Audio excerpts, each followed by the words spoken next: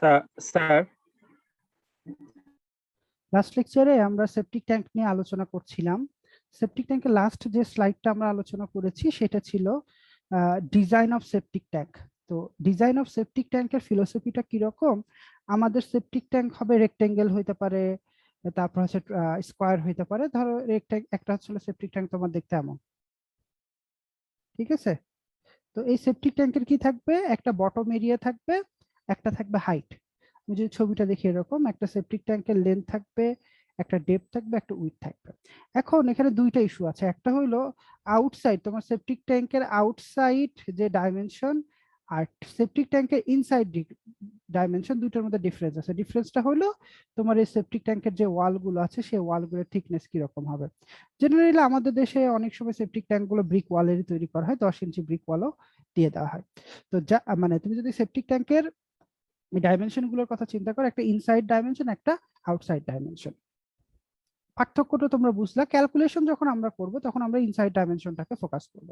তাহলে এই একটা সেপটিক ট্যাঙ্কের একটা বটম এরিয়া আছে যেটা কিনা লেন্থ ইনটু উইথ, এটাকে বলছে ট্যাঙ্কের বটম এরিয়া।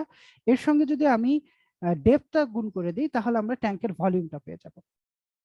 তো আমাদের ইঞ্জিনিয়ার হিসেবে দেখতে হবে আমাদের কত ভলিউমের ট্যাঙ্কটাকে কনস্ট্রাক্ট করতে হবে। ভলিউমের ট্যাঙ্কটা ডিপেন্ড করতেছে আমার যে ওয়েস্ট ওয়াটারটা আসতেছে কত অ্যামাউন্টের ওয়েস্ট ওয়াটার আসছে, এবং সেই ওয়াটারটা এখানে কি হবে, আমাদের সেপারেট হবে, ইফ্লুয়েন্টটা বেরিয়ে যাবে, ওয়েস্ট ওয়াটার আসবে, সলিড সেপারেট হবে, এবং ওয়েস্ট লিকুইডটা আমার এখান থেকে ডিসচার্জ হবে।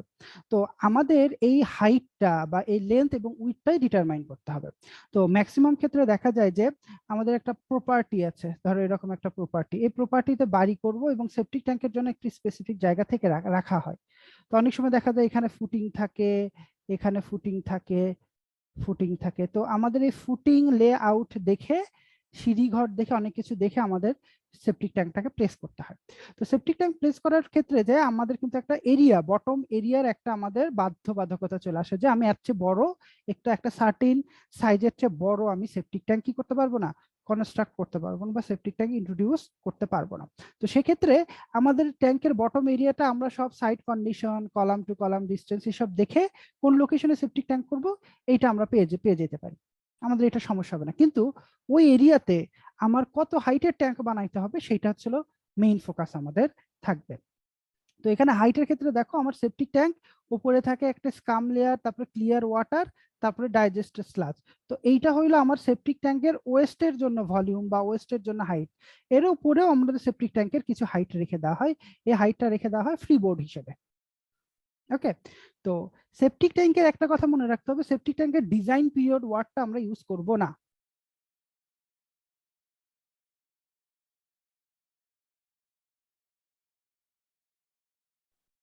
সেপটিক ট্যাঙ্কের ক্ষেত্রে আমরা কথাটা ইউজ করব ডিসলাজিং ইন্টারভাল। তো সেপটিক ট্যাঙ্কটার ডিজাইন পিরিয়ড যদি বলতাম তাহলে এমন হইতো যে ডিজাইন পিরিয়ড শেষে 5 বছর পর এই সেপটিক ট্যাঙ্কটা আমরা আর ব্যবহার করছি না, সেপটিক ট্যাঙ্ক বন্ধ করে দিচ্ছি অথবা ডিসলাজ করতেছি, সেসব ক্ষেত্রে আমরা বলবো ডিজাইন পিরিয়ড। কিন্তু সেপটিক ট্যাঙ্ক কিন্তু আমাদের অন্তত 5 বছর পর বা একটা সার্টেন ডে পর অবশ্যই ক্লিন করে আবার সেটাকে ব্যবহার করতে হবে। ওই জন্য আমাদের বলি কি সেপটিক ট্যাঙ্কের ডিসলাজিং ইন্টারভাল, মানে স্লাজটা বের করে দেওয়ার ইন্টারভাল। তো ডিসলাজিং যে ইন্টারভাল, সাপোজ ধরো 5 বছর, 5 বছরে আমার সেপটিক ট্যাঙ্কের ওয়েস্ট কত হাইটে থাকবে এবং এর উপর কতটুকু ফ্রি বোর্ড আমি অ্যালাউ করবো, সেখান থেকে আমি আমার ট্যাঙ্কের কি করতে পারি, ডেপথ বের করতে পারি। তো এখানে খেয়াল করো এখানে কয়েকটা জোন আছে, তাই না, একটা দুইটা, এবং এর মধ্যেও আবার দুইটা জোন থাকে। স্লাজের মধ্যে দুইটা জোন, একটা ডাইজেশন জোন আর একটা ডাইজেস্টেড স্লাজ জোন। তো দেখো এই ডিসলাজিং ইন্টারভাল টাইমের পর বা এন ইয়ারে আমার দেখবা স্কামের একটা লেয়ার তৈরি হবে, এই স্কামের একটা ভলিউম থাকবে, এই ক্লিয়ার ওয়াটার বা সেডিমেন্টেশন জোনের একটা ভলিউম থাকবে, এবং স্লাজ বা ডাইজেশন জোন দুইটারই আলাদা আলাদা ভলিউম ক্রিয়েট হবে, এখানে দেখতে পাচ্ছ। তো আমি ভলিউম গুলোকে যদি বটমের এরিয়া দ্বারা ভাগ করে দিই তাহলে আমরা কি পাবো, প্রতিটা জোনের হাইট পাবো। এই ছবিটাতে দেখো আমার এন বছর পর আমার কতটুকু ভলিউমের স্কাম তৈরি হবে সেটাকে যদি ট্যাঙ্কের বটম এরিয়া দ্বারা ভাগ করি তাহলে স্কাম জোনের হাইট পাবো। স্লাজ ডাইজেশন জোনের ভলিউমটা জানতে পারলে তাকে বটম এরিয়া দ্বারা ভাগ করে দিলে আমরা ডাইজেশন জোনের ডেপথ পাবো। ডাইজেস্টেড স্লাজ জোনের ক্ষেত্রেও একই এবং সেডিমেন্টেশন জোনের ক্ষেত্রেও একই। এবং এই ডেপথ গুলো যোগ করে আমি যদি উপরে একটা ফ্রি বোর্ড রাখি বা অতিরিক্ত 0.5 মিটারের একটা গ্যাপ রাখি, তাহলেই আমি পেয়ে যাব কি আমার সেপটিক ট্যাঙ্কের টোটাল ডেপথ। তো আমাকে সেপটিক ট্যাঙ্কের ডেপথ ডিটারমাইন করতে গেলে প্রথমে কি করতে হবে? প্রতিটা জোনের কি ডিটারমাইন করব, হাইট না ভলিউম? বলতে পারবা? হাইট ডিটারমাইন করব না আমরা ভলিউম ডিটারমাইন করব? ভলিউম। ভলিউম। তা ভলিউম থেকে আমরা হাইটটা পাবো কিভাবে? স্যার এরিয়া দিয়ে ভাগ করে। Bottom area. এখন কি আউটসাইড এরিয়া না ইনসাইড এরিয়া ট্যাঙ্কের? যেহেতু স্যার এখানে inside area. Inside area, good. তো আমরা যদি কোনোভাবে এর ভলিউম গুলো জানতে পারি, তাহলে সহজে আমরা ডেপটাকে বের করতে পারবো। তো এখন স্কাম স্টোরেজ জোনের ভলিউম বের করার আমার একটা ফর্মুলা আছে, VSC, scam digestion zone after N, তাই না? আমরা কথাটা বলতেছি এন, এন পর এন টাইম পর মানে ডিসলাজিং ইন্টারভালে আমাদের কতটুকু ভলিউমের স্কাম তৈরি হয় সেটা বলছে যে জেনারেলি আমরা প্র্যাকটিস থেকে দেখতে পেরেছি যতটুকু স্লাজ জমা হয়, যতটুকু আমার স্লাজ ডাইজেস্টেড স্লাজের ভলিউম তার 30 to 40% হয় স্কাম। তো আমরা ডিজাইনের জন্য আমরা 40%টাকেই ব্যবহার করছি। তো দেখো আমরা কোনোভাবে যদি এই স্লাজ স্টোরেজ জোনের ভলিউমটা বের করতে পারি, সেখান থেকে আমরা সহজেই তার 40% হবে স্কাম জোন।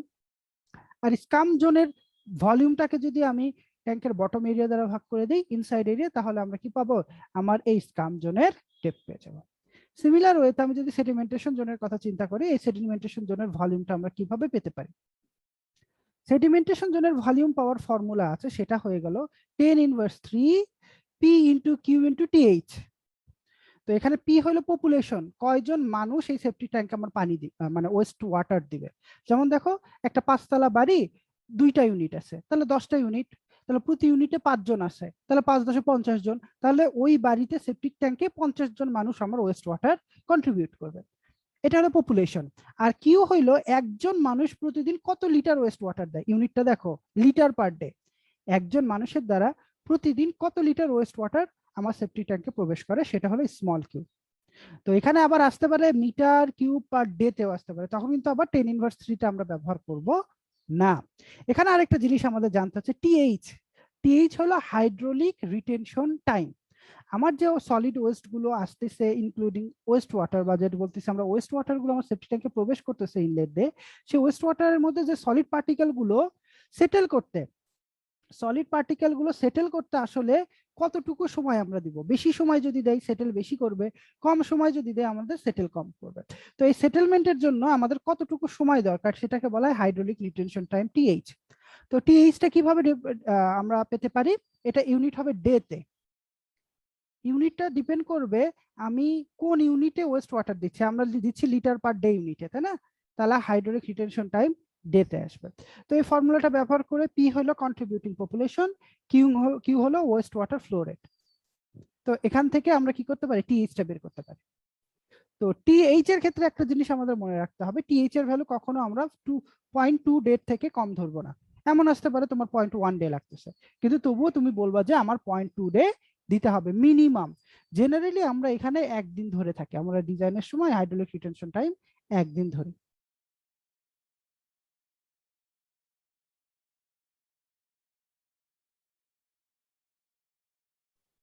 তো হাইড্রোলিক রিটেনশন টাইম, তার কোনোভাবে যদি আমি হাইড্রোলিক রিটেনশন টাইম বের করতে পারি, তাহলে আমরা সেডিমেন্টেশন জোনের ভলিউমটা ডিটারমাইন করতে পারবো।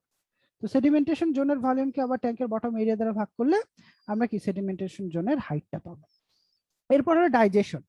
ডাইজেশন বলতে বোঝাচ্ছে যে জোনটাতে অ্যানারোবিক ব্যাকটেরিয়াল অ্যাক্টিভিটির কারণে অর্গানিক কম্পাউন্ড গুলো কি হয়ে যাবে? ডাইজেস্টেড হইতে থাকবে। যেগুলো অর্গানিক কম্পাউন্ড গুলো কি হতে থাকবে? ডিসোসিয়েটেড হইতে থাকবে। তো এই জোনটাকে বলে ডাইজেশন জোন। তো ডাইজেশন জোন বের করার ফর্মুলা হলো 0.5 × 10⁻³ পি ইন্টু ডিটি। পি হলো কন্ট্রিবিউটিং পপুলেশন, আর টিডিটা আমরা কিভাবে বের করতে পারি? এটা হলো 30 × 1.035 × 35 - টি। টি হইলো টেম্পারেচার ইন ডিগ্রি সেন্টিগ্রেড। তো সেপটিক ট্যাঙ্কের মধ্যে আমার টেম্পারেচারটা কেমন হবে? আমরা জানি যত বেশি টেম্পারেচার হবে আমাদের অ্যানারোবিক ব্যাকটেরিয়া গুলো তত বেশি কি করবে? ডিকম্পোজ করতে থাকবে। তো এটাই বলতেছে এই ডিকম্পোজ করতে কত সময় লাগবে সেটা হলো ডিটি। ডিটি টাইম ফর্মুলাটা এমন। তো আমি যদি সেপটিক ট্যাঙ্কের ইনসাইডের টেম্পারেচারটা জানতে পারি তাহলে আমি ডিটি বের করতে পারবো।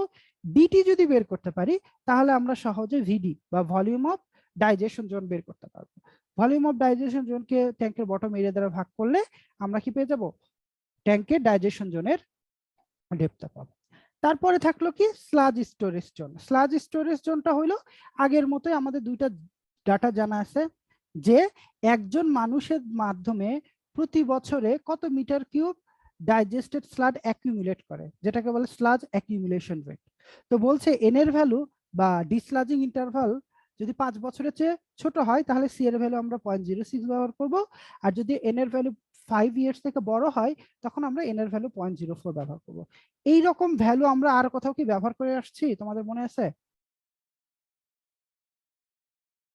জি স্যার।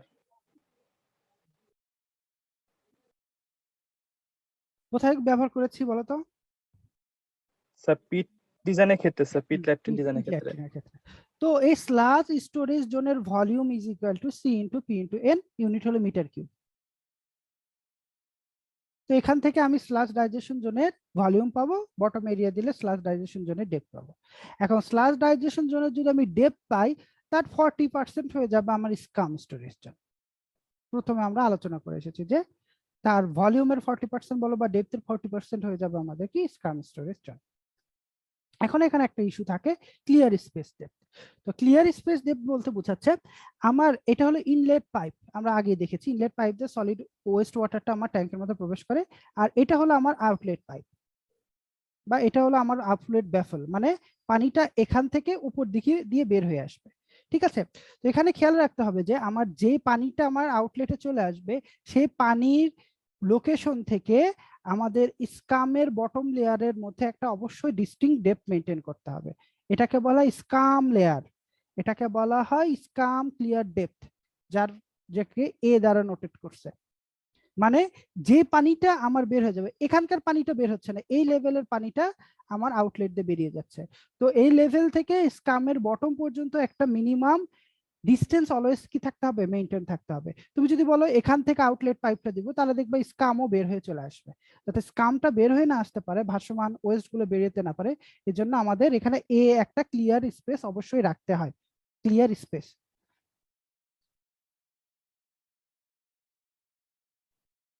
একটা ক্লিয়ার স্পেস এ অবশ্যই রাখতে হয়। এরপর আবার আমার স্লাজের বটম থেকে, স্লাজ কিন্তু আবার দুইটা লেয়ার আমরা দেখছিলাম তাই না, একটা ডাইজেশন আর একটা অ্যাকিউমুলেটেড বা স্টোরেজ। তো এই স্লাজের লেয়ার থেকে আমার এই যে লেভেল থেকে পানিটা আমার বেরিয়ে যাবে এই টি এর বটম পর্যন্ত একটা মিনিমাম ডিস্টেন্স অবশ্যই আমাদের থাকতেই হবে। সেটা একটা এখানে ব্যাফল থাক আর না থাক, এই ব্যাফলটা থাক আর না থাক, এখানে একটা ডিস্টেন্স মেনটেন রাখতে হবে, এই ডিস্টেন্সটাকে বলা হয় বি।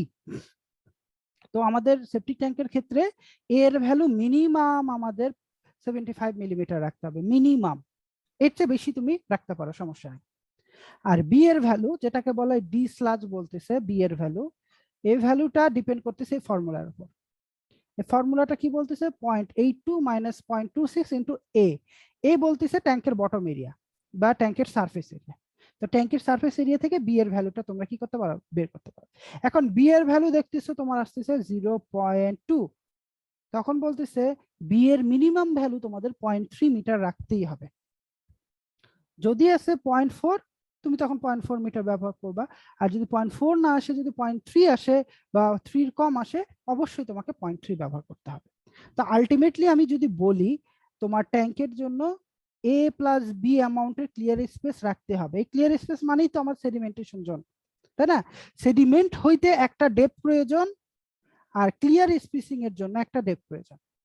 এই দুটাকে আমাদের কম্পেয়ার করে যেটা বড় হবে, এক সেডিমেন্টেশন জোনের ডেপথ আর ক্লিয়ার স্পেসের ডেপথ, এই দুইটার মধ্যে কম্পেয়ার করে যেটা বড় হবে সেটা আমরা প্রোভাইড করব ফর দিস ক্লিয়ার ডেপথ বা সেডিমেন্টেশন জোনের ডেপথ আকারে।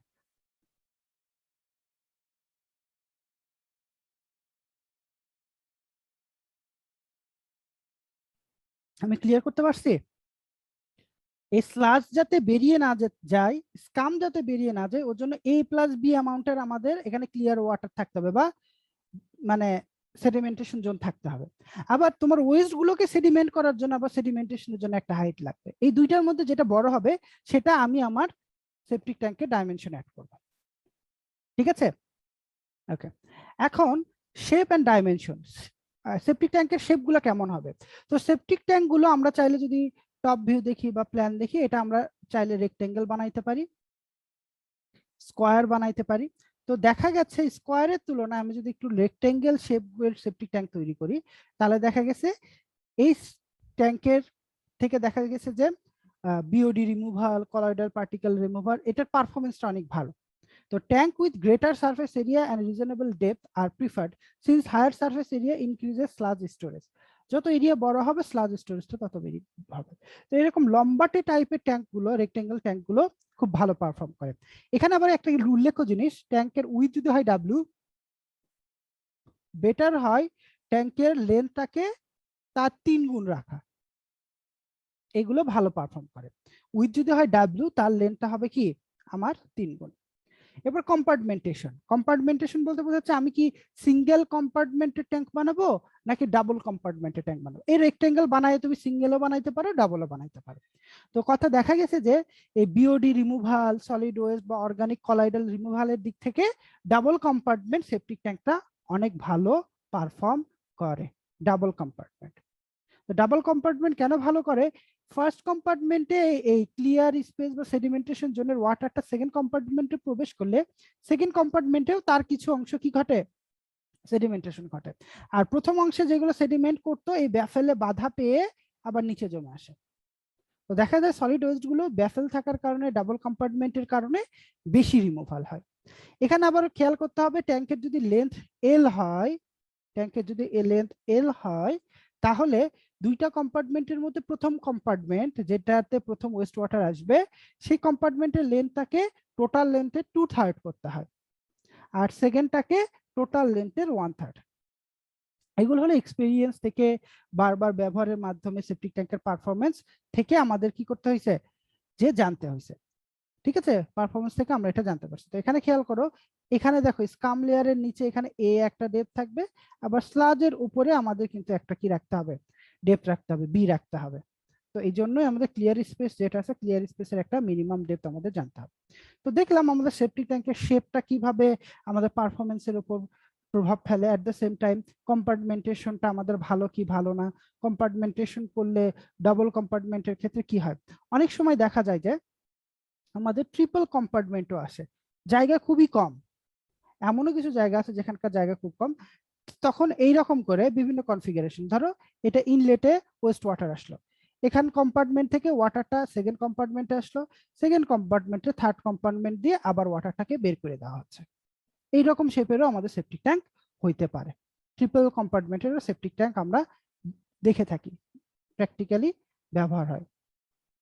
আচ্ছা, তো এখন ট্রিটমেন্ট এন্ড ডিসপোজাল, এইটা আমরা আগামী দিন ইনশাআল্লাহ আলোচনা করব। আজকে আমরা একটা এক্সাম্পল নিয়ে আলোচনা করব, যে এক্সাম্পল থেকেই এক্সাম্পলটা তোমরা যদি বুঝতে পারো এবং সেটা সম্পর্কে সেটা নিয়ে তোমরা যদি নার্চার করো, তাহলে আমি আশা রাখি যে তোমরা যে কোনো বাড়ির সেপটিক ট্যাঙ্কের এই ডাইমেনশন গুলো নিজেরাই কি করে দিতে পারবা, ডিটারমাইন করে দিতে পারবা।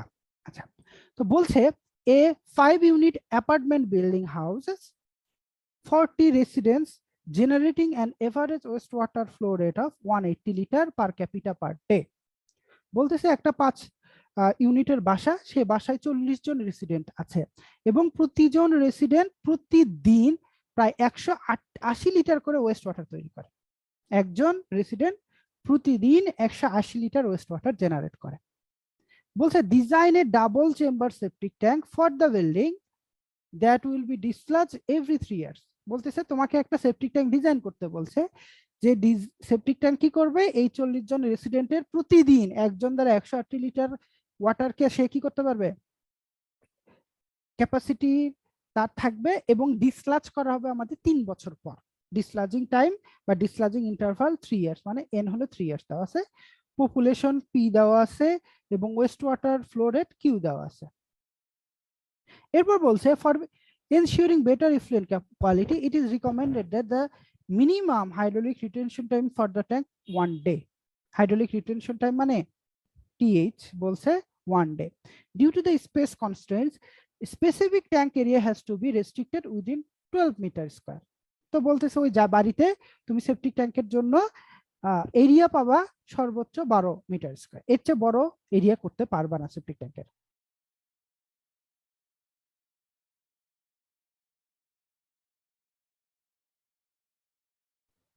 তো এখানে এরিয়া দিয়ে দিছে, তাহলে আমি সেপ্টিক ট্যাঙ্কের বটমের এরিয়া পাইলাম। এখন এখানে দুইটা ইস্যু আছে, এই বটমের এরিয়া বলতে কি আমার ওয়ালের আউটসাইড এরিয়া না ইনসাইড এরিয়া?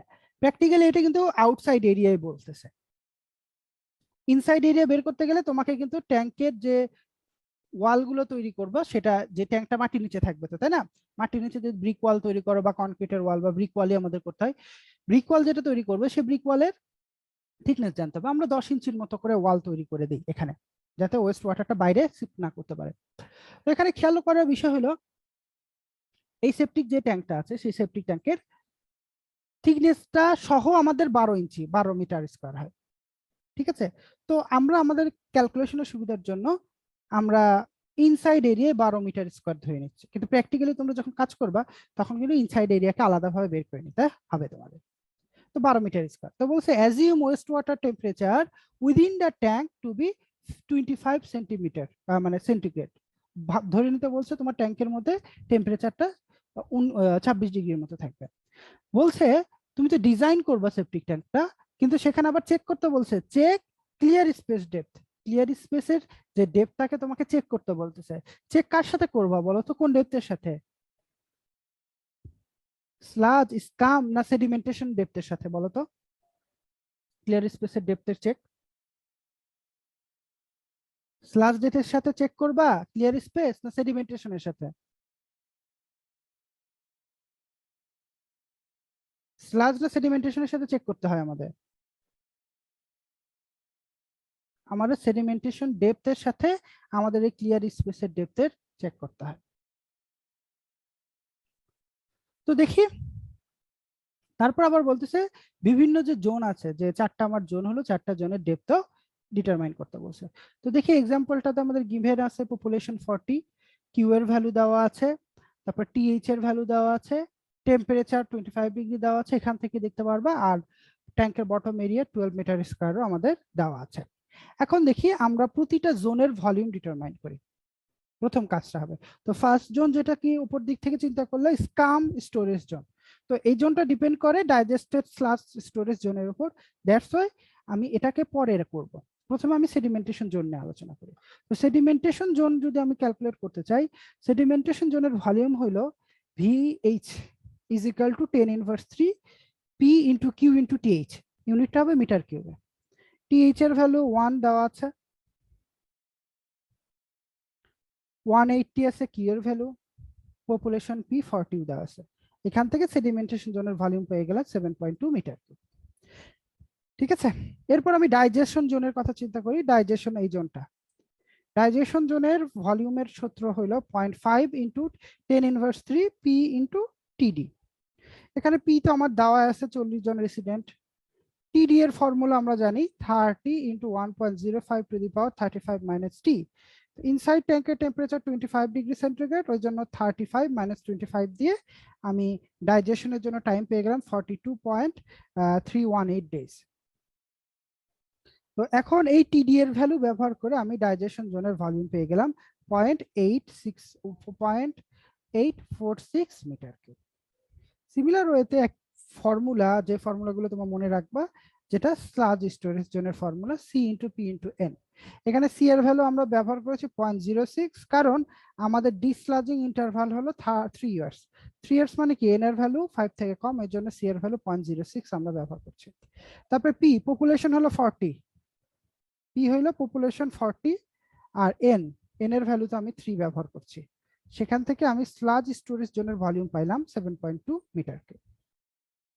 স্লাজ যখন পাই সেখান থেকে আমি স্কামটা পেয়ে যাব। তো স্লাজের 40% ভলিউম হলো আমাদের কি থাকে, স্কাম, আমরা আলোচনা করেছি। এজন্য আমরা কি পেয়ে গেলাম, স্লাজ স্টোরেজ জোন ছিল আমাদের 7.2 মিটার কিউব, তাহলে স্কাম স্টোরেজ জোন হবে 7.2 এর 40% বা 7.2 কে 0.4 দ্বারা গুণ করে স্কাম স্টোরেজ জোন পেয়ে গেলাম, তার ভলিউম পেলাম 2.8 মিটার কিউব। এখন আমাদের একটা কথা বলছে, চেক সেপটিক ট্যাঙ্কের আমাদের কি ক্লিয়ার স্পেস ডেপথ করতে হবে। তো আমি যে ট্যাঙ্কটা ডিজাইন করতেছি তার ক্লিয়ার স্পেস কত। তার আগে দেখি আমার ট্যাঙ্কের ওভারঅল ভলিউম কত। 3 বছরে আমার ট্যাঙ্কে কত ভলিউমের ওয়েস্ট ওয়াটার জমবে সেটা আমরা বের করে ফেললাম। এই 3টা ভলিউম কি করে যোগ করে দিই, 3টা ভলিউম যোগ করে দিয়ে আমার ট্যাঙ্কের কতটুকু ওয়েস্ট জমা হবে আফটার 3 ইয়ার্স বা ডিসলাজিং এর ঠিক আগ মুহূর্তে, সেই ভলিউমটা আমরা পেয়ে গেলাম ওভারঅল ডিজাইন ক্যাপাসিটি। এখন আমার যে ট্যাঙ্কটা আছে এই ট্যাঙ্কের একটা মিনিমাম ক্লিয়ার স্পেস আমাদের মেনটেন করতে হবে। মিনিমাম ক্লিয়ার স্পেস, মিনিমাম মানে কি, স্কাম থেকে আউটলেট পাইপ টি এর একটা ডিসটেন্স এবং স্লাজ থেকে আউটলেট টি এর একটা ডিসটেন্স। এই ডিসটেন্সের মধ্যে প্রথমে যেটা স্কাম ক্লিয়ার ডেপথ, যেটাকে এ বলছি, এটাকে আমাদের মিনিমাম রাখতে হবে 75 মিলিমিটার। তো তোমরা 75-এর বেশিও ধরতে পারো, কোনো সমস্যা নাই, কিন্তু মিনিমাম 75 দিতেই হবে। এরপর আমি বিটার চিন্তা করব, যেটা স্লাজ ক্লিয়ার ডেপথ বলছে। স্লাজ ক্লিয়ার ডেপথ বের করার ফর্মুলা হলো 0.82 মাইনাস 0.26 ইন্টু এ। এ হলো ট্যাঙ্কের বটম এরিয়া, সেখান থেকে পেলাম এর ভ্যালু হলো -2.3 মিটার। তো -2.3 মিটার মানে কি আসলে এখানে প্রয়োজনই নাই এরকম কিছু কথা বলতেছে, বাট আমাদের clear depth minimum 0.3 metre provide করতেই হবে, মিনিমাম 0.3 মিটার প্রোভাইড করতে হবে। তো আমার ট্যাঙ্কের জন্য এই ক্লিয়ার স্পেস রাখতে হবে কতটুকু, আগে দেখলাম আমার 75 millimetre plus sludge clear depth ছিল 3 মিটার, 0.3 মিটার, সেখান থেকে বা পাইলাম আমরা কি 0.375 মিটার।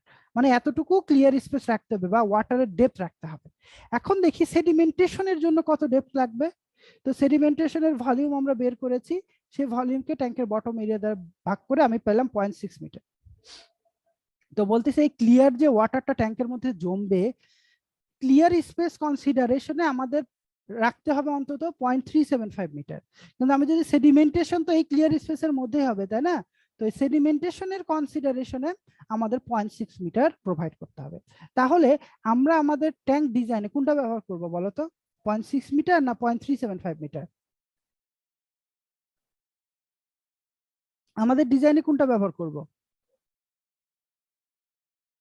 0.6 মিটার না 0.375 মিটার? হ্যালো, শুনতে পাচ্ছ আমাকে? জি স্যার। তা আমরা আমাদের ডিজাইনে কোনটা ব্যবহার করব, বেশি ডেপথ প্রয়োজন সেটা না কম ডেপথ প্রয়োজন? ডিজাইন সেফ হবে কিসে? 0.375 দিয়ে করব স্যার। 0.375 মানে কি, তোমার এই যাতে স্কাম বা স্লাজ বেরিয়ে না যায় এই জন্য 0.375 লাগবে, কিন্তু সেডিমেন্টেশনের জন্য তোমার 0.6 লাগবে। তাহলে কি কম প্রোভাইড করলে ভালো না 0.6 প্রোভাইড করা বেটার? তাহলে স্যার 0.6 প্রোভাইড করব স্যার। 0.6 প্রোভাইড করতে হবে, না হলে তো সেডিমেন্টই করবে না, তাই না? তো ওই জন্যই বলতেছে মিনিমাম ক্লিয়ার স্পেস ডেপথ, তখন আমরা কি বলবো 0.6 মিটার। সেডিমেন্টেশন আর clear space from the calculation, দুইটার মধ্যে যেটা বড় সেটা আমরা কি করব, প্রোভাইড করব। ঠিক আছে? তো সেডিমেন্টেশন জোনের জন্য বা ক্লিয়ার স্পেস ডেপথ 0.6 মিটার আমরা পেয়ে গেলাম মিনিমাম। তুমি চাইলে এর চেয়ে বড় দিতে পারো, এর চেয়ে কম দেওয়া যাবে না। এখন আমি কি করব, প্রতিটা জোনের ডেপথ বের করব। তাহলে ম্যাক্সিমাম ডেপথ অফ স্লাজ, তো স্লাজের volume divided by bottom area. স্কামের ডেপথ বের করতে গেলে স্কামের volume divided by area. Digested স্লাজের ডেপথ বের করতে গেলে ডাইজেস্টেড স্লাজের ভলিউম ডিভাইডেড বাই এরিয়া। তাহলে আমি এই জায়গায় আছে তোমাদের দুইটা জোন, তাই না? একটা হলো ডাইজেস্টেড স্লাজ, এর ডেপথ বের করলাম, তারপরে ডাইজেশনের ডেপথ বের করলাম, মিনিমাম ক্লিয়ার স্পেস, সেডিমেন্টেশন এবং ক্লিয়ার স্পেস চেক করে আমি একটা ডেপথ বের করলাম, সাথে সাথে আমি একটা স্কাম ডেপথ বের করলাম। তাহলে এই 3-4টা ডেপথ যোগ করলে আমরা কি পেয়ে যাব, টোটাল ইফেক্টিভ ডেপথ। মানে আমার সেপটিক ট্যাঙ্কের এতটুকু ডেপথ দিতেই হবে তোমাকে, এর চেয়ে কম তোমাকে দেওয়া যাবে না। তো আমরা তো শুধুমাত্র এখানেই তো আমাদের স্ল্যাবটা দিয়ে দিই না, তাই না? স্ল্যাবটাকে কি করি, স্কামের উপর একটা সার্টেন গভীরতাতে উঁচুতে দিয়ে দিই, বা যেটাকে আমরা ফ্রি বোর্ড বলি। তো আমরা এক্সট্রা 0.5 মিটার প্রোভাইড করব। তাহলে টোটাল ট্যাঙ্কের ইনসাইড ডেপথ হয়ে যাবে 1.51 plus 0.5 is equal to 2.01 metre. এটাকে আমি একটু রাউন্ড আপ করে 2 মিটার বলছি। তাহলে আমি যদি এই ট্যাঙ্কের ইনসাইড হাইটটা পেয়ে গেলাম, আমাদের 2 মিটার দিতে হবে। বুঝে আসছে কথাটা এতটুকু? বুঝছে এতটুকু? জি স্যার। আচ্ছা, এখন আমাদের বলছে যেহেতু ট্যাঙ্ক ডিজাইন করতে বলছে, তো ট্যাঙ্ক ডিজাইনের ক্ষেত্রে মাথায় রাখতে হবে ট্যাঙ্কের আমি কি পেয়ে গেলাম, হাইট পেয়ে গেলাম। তো আমার বটম এরিয়া দেওয়া আছে 12 মিটার স্কোয়ার, কিন্তু আমি জানি না আমার ট্যাঙ্কের লেন্থ বা উইথ কতটুকু। তো আমাদের একটা গাইডলাইন ছিল যে আমি যে ট্যাঙ্কটা ব্যবহার করব সেই ট্যাঙ্কের যে লেন্থ হবে সেই লেন্থটা তার উইথের 3 গুণ হবে। তো ট্যাঙ্কের লেন্থ যদি হয় এল এবং উইথ যদি হয় ডাব্লিউ, তাহলে এল সমান আমরা 3W ধরে নিতে পারি। তাহলে ট্যাঙ্কের বটম এরিয়া কি হবে? L into W is equal to 3W into W, মানে 3W স্কোয়ার। আর সেটা আমরা ধরে নিছি কার সমান? 12 মিটার স্কোয়ারের সমান। এখান থেকে আমি ডাব্লিউ বের করে নিতে পারি, 2 মিটার। তাহলে আমি কি ট্যাঙ্কের কি পেয়ে গেলাম? উইথ পেয়ে গেলাম 2 মিটার। তাহলে ট্যাঙ্কের হাইট কত পাবো? 3 এল সমান কি 3W, তাহলে 3 ইন্টু 2 6 মিটার। বুঝলাম এতটুকু? তাহলে কি ট্যাঙ্কের উইথ, হাইট আর লেন্থ পাইলাম। এতটুকু বুঝছি কিনা? জি স্যার। তো এখন আমাদের বলছে কিন্তু এটা আবার ডাবল চেম্বার হইতে হবে, নট সিঙ্গেল চেম্বার, বলছে ডাবল চেম্বার। তাহলে ট্যাঙ্কটার কে দুইটা চেম্বার করতে হবে। চেম্বারটা হয় কি লেন্থের দিকে, তাই না? লেন্থে আমাদের দুইটা চেম্বার করতে হয়। তো আবার বলছে কি, একটা আমাদের গাইডলাইন ছিল যে আমাদের টোটাল যে লেন্থ হবে সেই লেন্থের, টোটাল যে লেন্থ হবে সেই লেন্থের 1/3 হবে সেকেন্ড চেম্বার আর 2/3 হবে ফার্স্ট চেম্বার। ওই জন্য 6 মিটারের 2/3 হলো 4 মিটার আর 1/3 হলো 2 মিটার। তো 4 মিটারটা দিলাম আমরা ফার্স্ট কম্পার্টমেন্টের লেন্থ আর 2 মিটারটা দিলাম আমাদের সেকেন্ড কম্পার্টমেন্টের লেন্থ। তো এখান থেকে ওভারঅল তোমরা একটা ডিজাইন দিতে পারো ট্যাঙ্কের লেন্থ, ট্যাঙ্কের হাইট এবং ট্যাঙ্কের উইথ। বুঝতে পারলাম?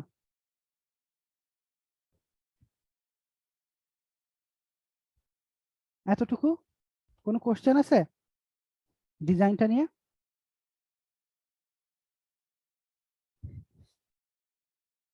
ডিজাইনটা নিয়ে কোনো কোশ্চেন আছে কারো?